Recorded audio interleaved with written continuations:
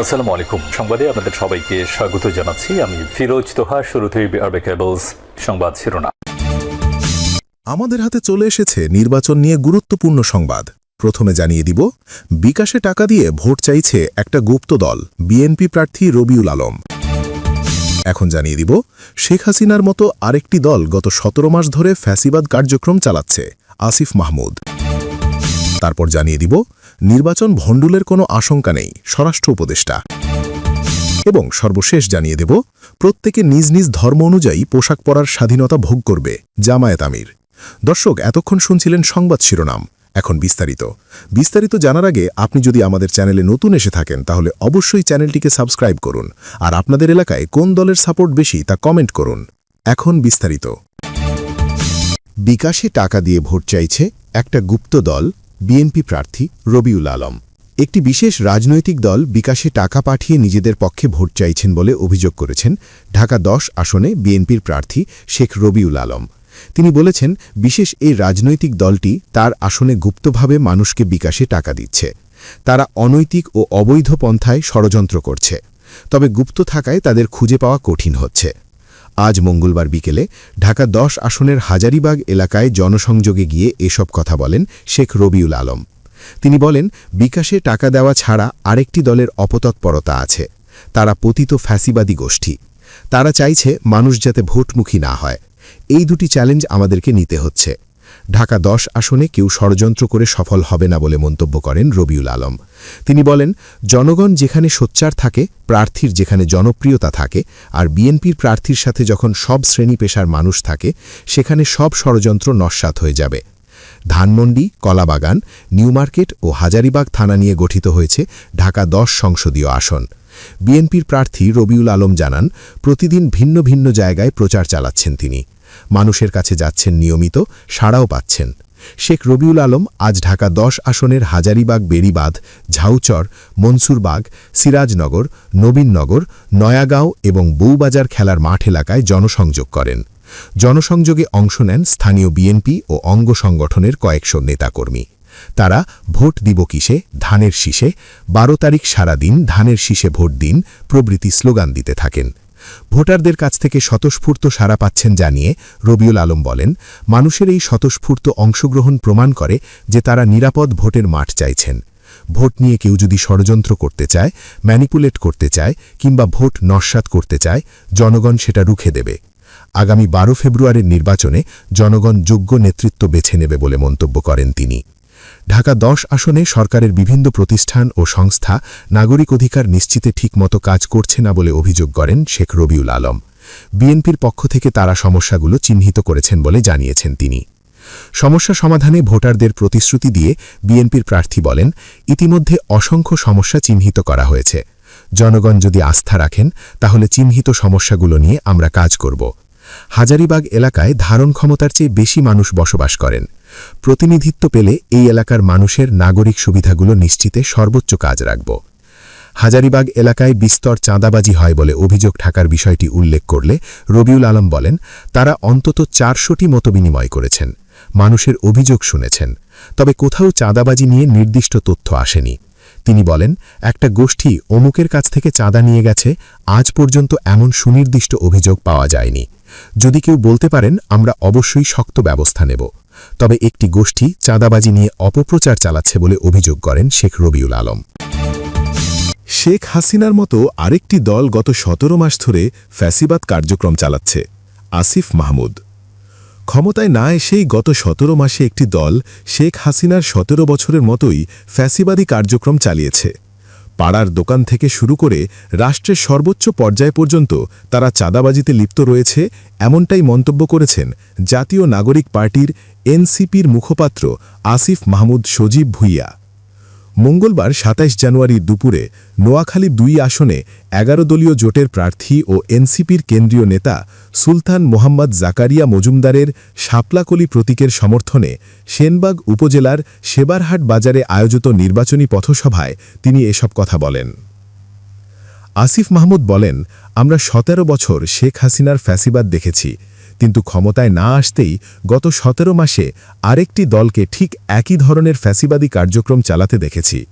তারা কিভাবে পাড়ার দোকান থেকে শুরু করে রাষ্ট্রের সর্বোচ্চ স্তর পর্যন্ত প্রত্যেকটি পর্যায়ে চাঁদাবাজি করেছে, মানুষের হক মেরে দেশের মেহনতি মানুষকে পদে পদে নির্যাতন করেছে, তা সবাই দেখেছে। ফ্যাসিবাদ বিরোধী আন্দোলনের প্রসঙ্গ টেনে এনসিপির মুখপাত্র বলেন, গত 17 বছরে হাজারো মায়ের বুক খালি হয়েছে। সর্বশেষ 24-এর গণ অভ্যুত্থানে 1400 ছাত্রজনতা জীবন দিয়েছে। মুক্তিকামী মানুষ স্বাধীনতার জন্য জীবন দিতে পিছুপা হয়নি। তাই 12ই ফেব্রুয়ারি দেশের ভবিষ্যৎ নেতৃত্ব নির্ধারণের জন্য একটি ভোট দিতেও মানুষ পিছুপা হবে না। এই দলটি যদি ক্ষমতায় যায় তাহলে কি করতে পারে তার নজির তারা গত 17 মাসেই রেখে দিয়েছে জানিয়ে এনসিপির এই নেতা বলেন, এটি না বুঝলে বিগত 17 বছরের মতো আবারও কালো দিন দেশের জন্য অপেক্ষা করছে। তারা বলে, মানুষ সংস্কার বোঝে না, পেটে ভাত না থাকলে কিসের সংস্কার উল্লেখ করে তিনি বলেন, কিন্তু জুলাই অভ্যুত্থানে শহীদদের অধিকাংশই ছিল সমাজের খেটে খাওয়া মানুষ। পেটে ভাত না থাকলেও তারা স্বৈরাচার উৎখাতে রাজপথে নেমেছে। এসব মানুষ উন্নয়ন, অগ্রগতি, সমৃদ্ধি ও সংস্কার সবচেয়ে ভালো বোঝে। বিএনপিকে ইঙ্গিত করে আসিফ বলেন, জিয়াউর রহমান ও খালেদা জিয়ার জাতীয়তাবাদী রাজনীতির ইতিহাস শুধু বইয়ে আছে, বাস্তবে তার কোনো চিহ্ন নেই। তারা ব্যাংক খেলাপি ও ঋণ খেলাপিদের মনোনয়ন দিয়েছে। ঋণ খেলাপিরা আবার ক্ষমতায় এসে জনগণের টাকা লুট করার অপেক্ষায় রয়েছে। আমরা কি ঋণ খেলাপি ও বিদেশি নাগরিকদের ভোট দিয়ে আমাদের ওপর রাজত্ব করার সুযোগ দেব? নির্বাচনের প্রসঙ্গ টেনে তিনি বলেন, সেনবাগেও পেশি শক্তি দিয়ে কেন্দ্র দখলের হুমকি দেওয়া হচ্ছে। বাংলাদেশের মানুষ টানা 3টি নির্বাচনে ভোট দিতে পারেনি।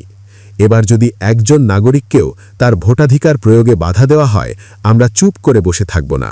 যেখানেই বাধা দেওয়া হবে সেখানেই প্রতিরোধ গড়ে তোলা হবে। কোনো নাগরিক এবার ভোট না দিয়ে কেন্দ্র থেকে ফিরে যাবে না।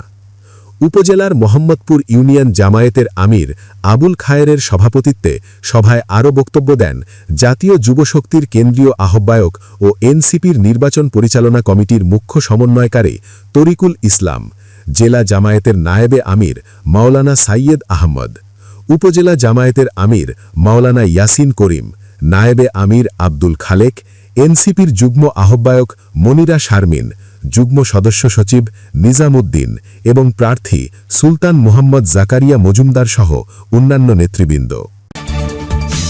নির্বাচন ভণ্ডলের কোনো আশঙ্কা নেই, স্বরাষ্ট্র উপদেষ্টা লেফটেন্যান্ট জেনারেল অবসর মোহাম্মদ জাহাঙ্গীর আলম চৌধুরী। আওয়ামী ফ্যাসিস্ট ও তাদের সহযোগী জঙ্গিরা দেশ ছেড়ে পালিয়ে যাওয়ায় আসন্ন জাতীয় সংসদ নির্বাচন ভণ্ডলের কোনো আশঙ্কা নেই বলে জানিয়েছেন স্বরাষ্ট্র উপদেষ্টা লেফটেন্যান্ট জেনারেল অবসর মোহাম্মদ জাহাঙ্গীর আলম চৌধুরী। মঙ্গলবার ২৭ জানুয়ারি সকালে গাজীপুরের কাশিমপুর কেন্দ্রীয় কারাগারের প্যারেড গ্রাউন্ডে ৬৩তম ব্যাচের মহিলা কারারক্ষীদের বুনিয়াদী প্রশিক্ষণ কোর্সের সমাপনী কুচকাওয়াজ অনুষ্ঠানে প্রধান অতিথির বক্তব্য শেষে সাংবাদিকদের এক প্রশ্নের জবাবে তিনি একথা জানান। আওয়ামী লীগকে উদ্দেশ্য করে স্বরাষ্ট্র উপদেষ্টা বলেন, উনাদের যদি সাহস থাকত তাহলে আইনের আশ্রয় নিয়ে দেশে চলে আসত, সাহস নেই দেখেই তারা পালিয়ে আছে। উনাদের সহযোগী সন্ত্রাসীরাও বিভিন্ন দেশে পলাতক রয়েছে, বিভিন্ন দেশ তাদের আশ্রয় দিয়েছে। আমরা অনুরোধ করব অন্য দেশগুলো যেন তাদের দেশে ফিরিয়ে দেয়। অনুষ্ঠানে অতিরিক্ত কারা মহাপরিচালক colonel Mohammad Mustafa Kamal, colonel Mohammad Tanvir Hossain, colonel Mezbahul Alam Seli, Mohammad Jahangir Kabir এবং প্রশিক্ষণ কেন্দ্রের কমান্ডেন্ট টিপু সুলতান সহ গাজীপুর মহানগর পুলিশ কমিশনার, জেলা প্রশাসক, পুলিশ সুপার সহ বিভিন্ন পর্যায়ের ঊর্ধ্বতন কর্মকর্তা, সংশ্লিষ্ট সংস্থার প্রতিনিধি ও বিভিন্ন স্তরের আমন্ত্রিত অতিথিরা উপস্থিত ছিলেন। প্রত্যেকে নিজ নিজ ধর্ম অনুযায়ী পোশাক পরার স্বাধীনতা ভোগ করবে। জামায়াত আমির নারীদের নিরাপত্তা ও সুযোগ সুবিধার বিষয় তুলে ধরে বাংলাদেশ জামায়াত ইসলামীর আমির শফিকুর রহমান বলেছেন, মায়েদের জন্য বিশেষ বাস ও শৌচাগারের ব্যবস্থা থাকবে। পাশাপাশি প্রত্যেকে নিজ নিজ ধর্মীয় বিধান অনুযায়ী পোশাক পরার স্বাধীনতা ভোগ করবে। মঙ্গলবার ২৭ জানুয়ারি সকালে যশোর ঈদগাহ ময়দানে অনুষ্ঠিত এক নির্বাচনী জনসভায় প্রধান অতিথির বক্তব্যে শফিকুর রহমান এসব কথা বলেন। জামায়াতের আমির বলেন, অতীতের বস্তাপচা রাজনীতির অবসান ঘটিয়ে আমরা বাংলাদেশে নতুন রাজনীতি নিয়ে আসব, যেখানে পরিবারতন্ত্রের রাজনীতি থাকবে না। আমাদের দলের বিজয় চাই না, আমরা দেশের ১৮ কোটি মানুষের বিজয় চাই। ক্ষমতায় গেলে যশোর শহরকে সিটি কর্পোরেশনে উন্নীত করা হবে জানিয়ে জামায়াতের এই নেতা বলেন, যশোর মেডিকেল কলেজে 500 শয্যার হাসপাতাল, যোগাযোগ ব্যবস্থা ও ভৌত অবকাঠামো উন্নয়নের কাজও করা হবে। গণভোট প্রসঙ্গে শফিকুর রহমান বলেন, গণভোটে হ্যাঁ ভোট মানেই আজাদি, আর না ভোট মানেই গোলামি। আগামী 12 ফেব্রুয়ারি প্রথম হবে হ্যাঁ ভোট, এরপর সরকার গঠনে প্রতীকের ভোট। নির্বাচনী প্রচারণায় নারী কর্মীদের বাধা ও হেনস্থার ঘটনায় কড়া হুঁশিয়ারি উচ্চারণ করে তিনি বলেছেন, যারা একদিকে নারীদের ফ্যামিলি কার্ড দেওয়ার কথা বলে, আবার অন্যদিকে নির্বাচনী প্রচারে নামলে নারীদের গায়ে হাত দেয়, তাদের এই দ্বিমুখী আচরণ একসাথে চলতে পারে না। তিনি প্রশ্ন রেখে বলেন, এ দিয়ে জাতিকে কি বার্তা দেওয়া হচ্ছে?